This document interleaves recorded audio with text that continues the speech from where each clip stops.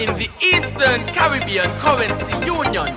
Financial empowerment through education. If you don't know what that is, let me tell you all about it. Learn to spend wisely. Invest to grow your money. Business stability. Step up financially. Help build the region's economy. Work to financial security. Prosperity for all of we. FIM is for you and me. FIM is for everybody. So tell your friends and your whole family. Financial empowerment through education. Build yourself and the entire region. Learn to spend wisely. Invest to grow your money. Business stability. Step up financially. Financial Information Month. Financial empowerment through education. We plan for every major life event, from birthday parties to baptisms, and celebrating a life well lived deserves the same thoughtful planning. Beacon's Rest Easy plan is designed to give your loved ones the comfort of knowing that they can do just that. With no underwriting and cover for up to 6 family members that includes certain injuries, this plan can be yours for as little as 75 cents per day. Call Kane Agencies or log on to beacon.co.tt for more info today.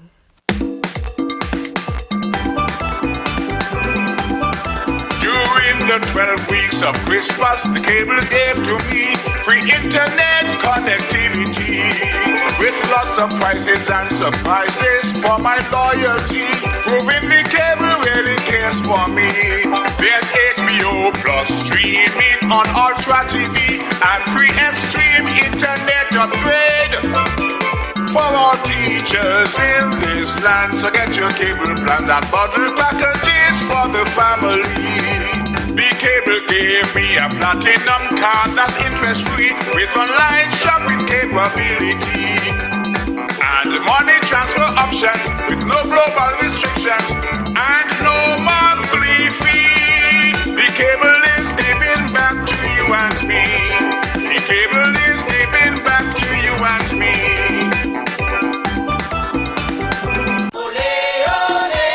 The specials at Domino's are hot, hot, hot for any occasion. Hot out of the oven.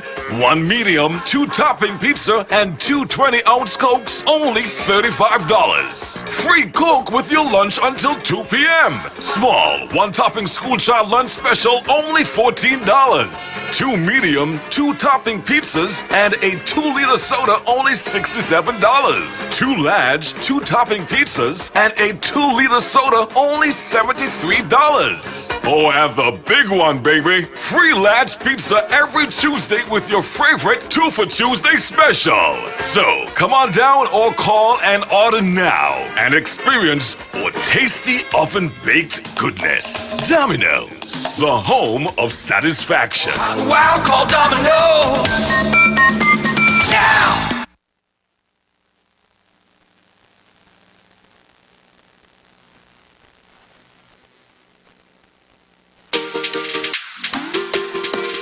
Free loans for your every need. Cards have you covered, best believe. Are the kids headed back to school and you need money now? Call Quartz Ready Cash and get money in your bank account in as little as 24 hours with our back to school promotion. There's absolutely no deposit required. All you need is a government ID, a utility bill, your pay slip, and a job letter. It's that easy and hassle-free. Plus, if you apply today, you can take advantage of our reduced interest rates and pay nothing for 60 days. Call us today at 466-1640 or visit us online at www.readyfinancecaribbean.com and let us help you get the funds you need for back to school. Conditions apply. We got it all, we on the go. Quartz Ready Cash, you already know. Quartz Ready Cash, ready when you are.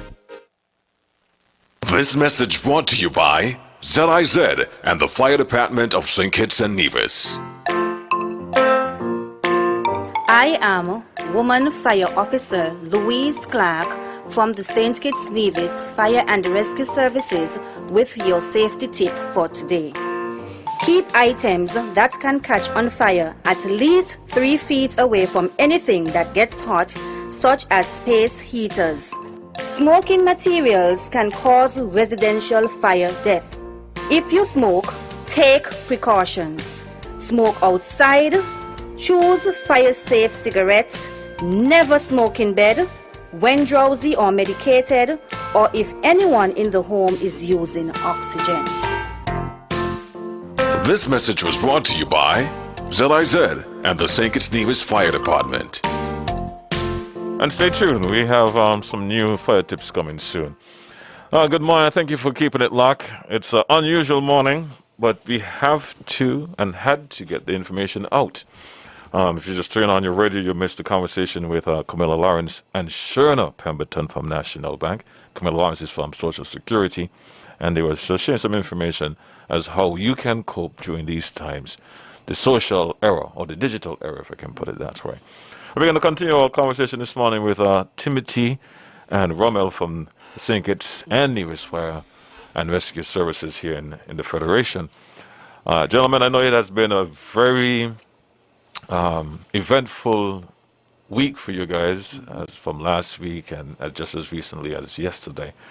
And as we normally do, we share the information to let the public know of what they should be aware of, how they can protect themselves, and things to look out for. So I say all of that to prelude or preempt, I should say, or conversation this morning, which is about certain events that took place in the Federation recently.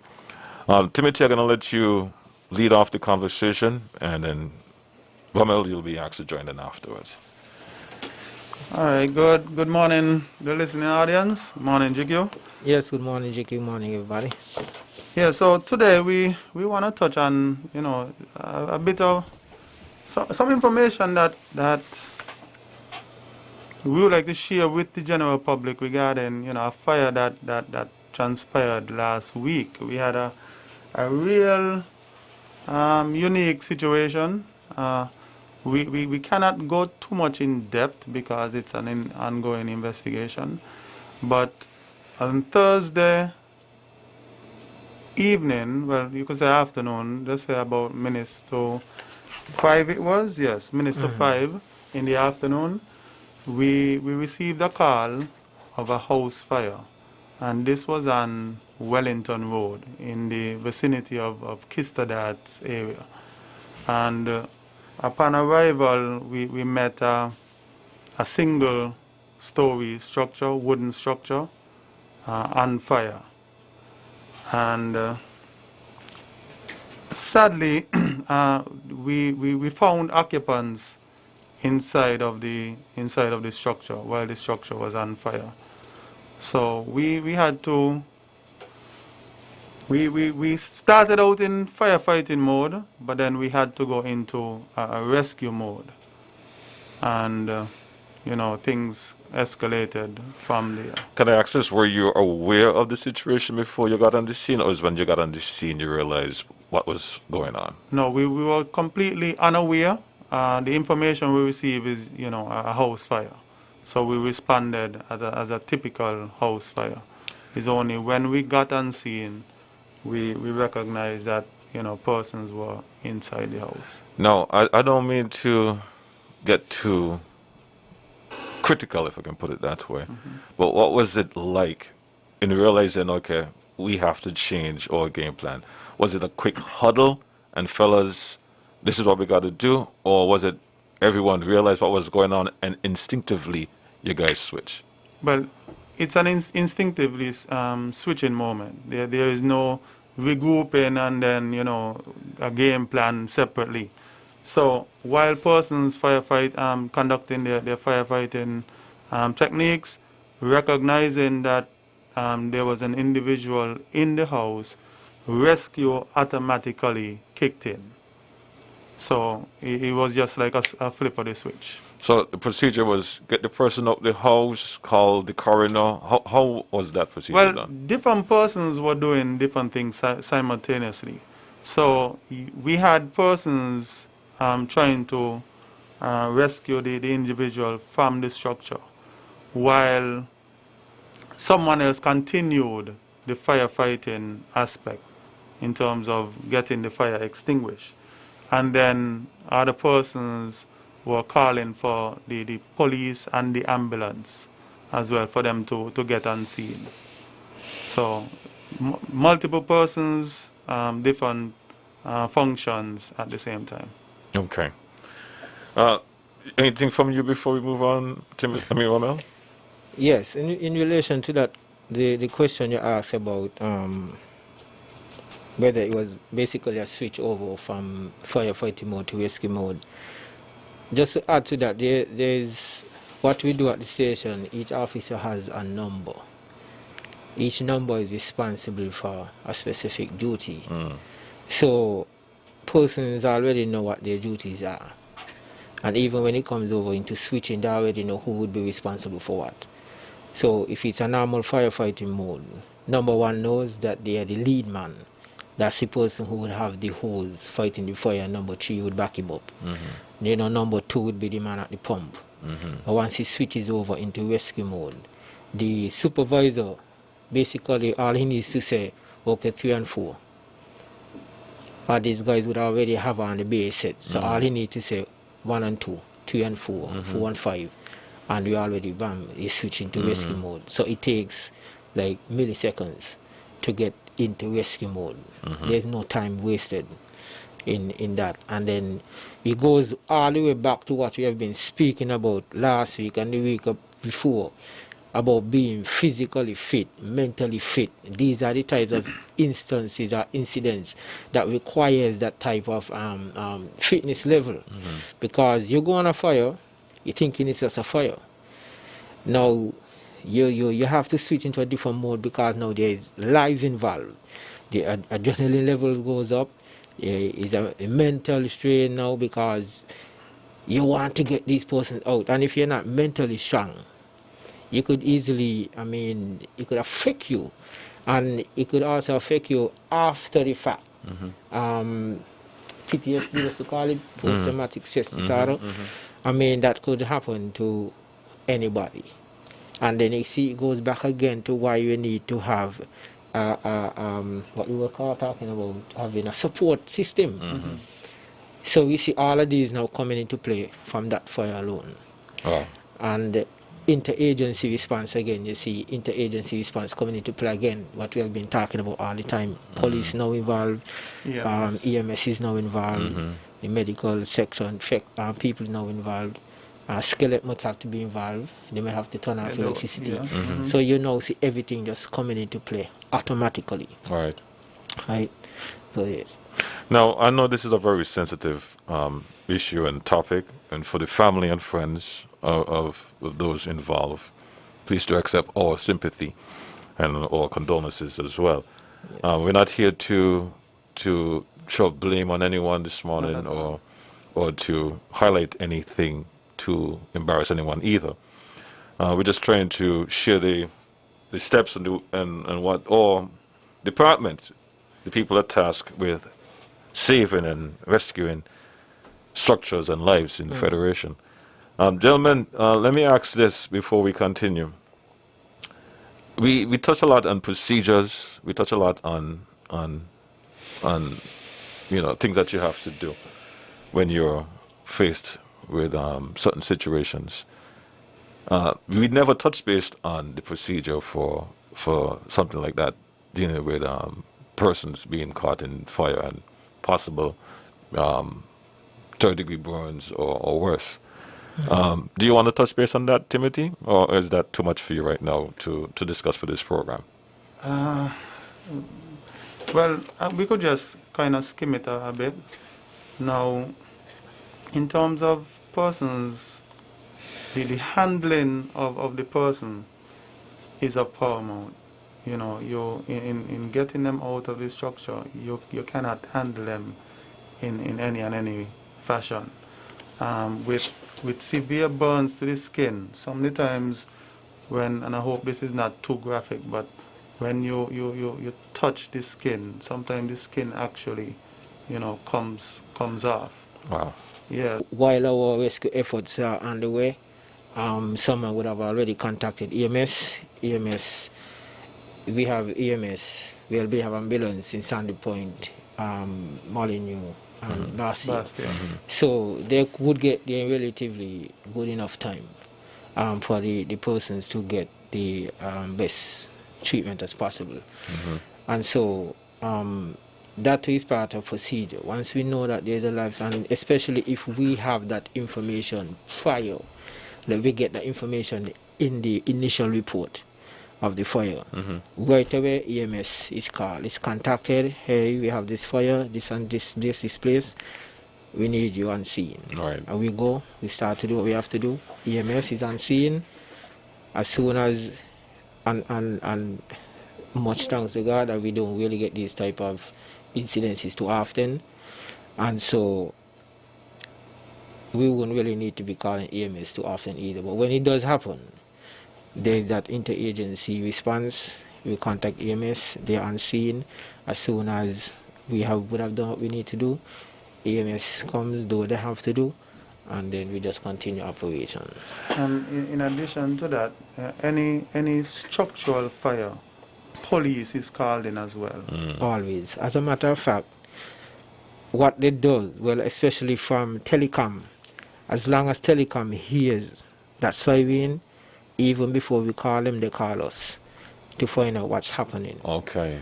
Well, that's what they do. Okay. They would call, hey, I hear the siren, you all have a fire somewhere? Yes, the fire is here, and sometimes I don't know what they do at telecom, so they might be able to dispatch maybe a police who might be in the area to assist us. Right. Yeah. Okay. But definitely from our end, we contact the police, EMS, once somebody is involved. Police is even more so when an individual is involved as well. You know? So you have to come and do the investigation. Gentlemen, we just have about 10 more minutes left. I'm not going to touch base on the other incident that took place. I think it was yesterday or the day before? Yesterday. That's another touchy topic as well. But what I'm going to do now, I'm going to open the lines for anyone who may have a question for you or a concern that they'd like to raise. 465-2555, 2555. And let's take our first call for this morning. Yes, good morning, you're live. Hi, good morning. Hi, good morning. Good morning to Mr. Williams, Mr. Matthew, and GQ. Morning. I have a concern. Good morning. You're saying that these young guys here with their bombs, they don't care. They're just lighting them off and running and what's that. Can you all appeal to the public about that, please? Oh, okay. Firecrackers. Yeah. Well, thanks for your call. Thanks for your concern, gentlemen. Any word from you? I was actually thinking of maybe we could do a segment regarding firecrackers, separate and apart. But right now, I would just like to appeal to persons, anyone who uses firecracker, to be mindful that these firecrackers can be very dangerous. Let's go to the phone line. Good morning. Good morning, GQ. Hey, good morning, Miss Jacobs. Good morning, my former co-workers. Good morning. I always admire the firemen. You know why? When I used to work with Commissioner of Police, when we have fire, Ms. Hogarth and I won't go on to see how they operate in. And you don't want to see them. First of all, I think they said they pulled on a bell in the fire station. Yeah, that's the signal. Yes. Then they're on the truck, and they're dressing on the truck while the truck moving. Those were the days, real efficiency. Have a nice day. All right. Thank you very much. Thank you so much for your call. Yes, I'm glad that we touched on that topic. We're going to expound a bit more on that. Good morning. Good morning. Yes. I just want to big up Robel and Timothy. You all doing a very, very good job. Thank you very I'm much. very proud of you all. This is Jennings. Yes, Jennings. We didn't pick up Jennings, yeah. This is a farmer fire officer. And I'm very, very, very proud. I watch you all grow, and I'm very proud of you all. Yes, sir. Yes, thank you, Jennings. Thank you very much. Continue and mold all the young fire officers to walk in your footsteps. Yes. We'll do our best. Yeah, you all take care. God Yeah, bless. man. God You bless, same to you, man. sir. God bless, man. God bless. I mean, I was saying, I'm so happy to heard Miss Jacobs say what she said, because you guys touched base on that a few weeks ago in terms Yes, of, you know, the preparation. And I smiled when she said she saw them dressing on the truck. Those days are gone. As a matter of fact, it take, 3 minutes now before you Well, leave the yard, right? Or you still... it does happen. It still happens. It still happens. Of course. There are some cases where we just grab and go. Mhm. And we do dress on the truck. And even before the truck we reach the scene, we already properly attired. Mhm. Yeah, so it happens still Oh, in okay. some instances. Okay, all right. All right, gentlemen, we're gonna wrap it up now. I want to thank you guys. Oh, we have another call coming in. Let's take this call before we wrap up. Good morning. Oh, yeah, good morning. Morning. A great job.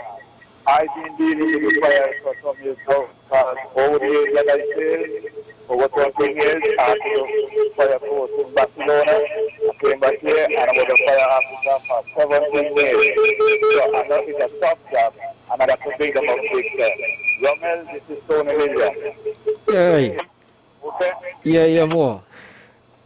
That you are doing and keep it up. Yes, man. Thank you very much. Thank you. Yes. Yes, man. Big up yourself. Yeah, and bless. thanks for calling, man. Yes, gentlemen, I'm gonna let you wrap it up now. I see you.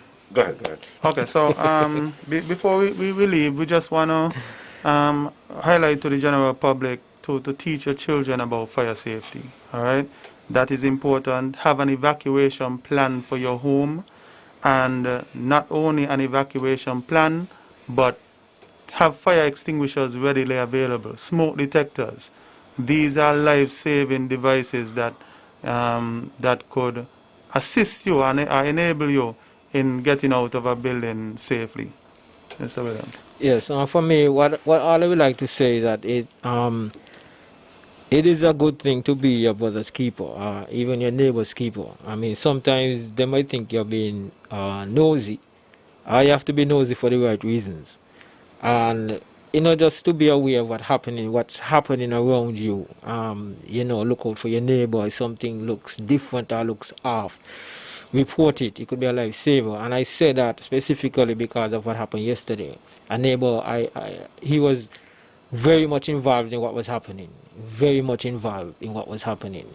And so, I mean, you could just see something just does not look right. You report it. So, be a neighbor's keeper, and of course, you have to be safe, COVID safe, and fire safe. And I do hope that the information that we share here would really help you to protect yourself and protect your investment, your children, your family, what's up. Gentlemen, thank you for being here this morning as usual. Thank you very much. And be sure to tune in next week when we will resume our regular programming. They'll be here at 9:30. Yes, 9:30. Thanks for being a part of our programming. Stay tuned. We got more information to share with you. The Cable will be back here again this morning with some more great news. What will be happening this week? This message brought to you by ZIZ and the Fire Department of St. Kitts and Nevis.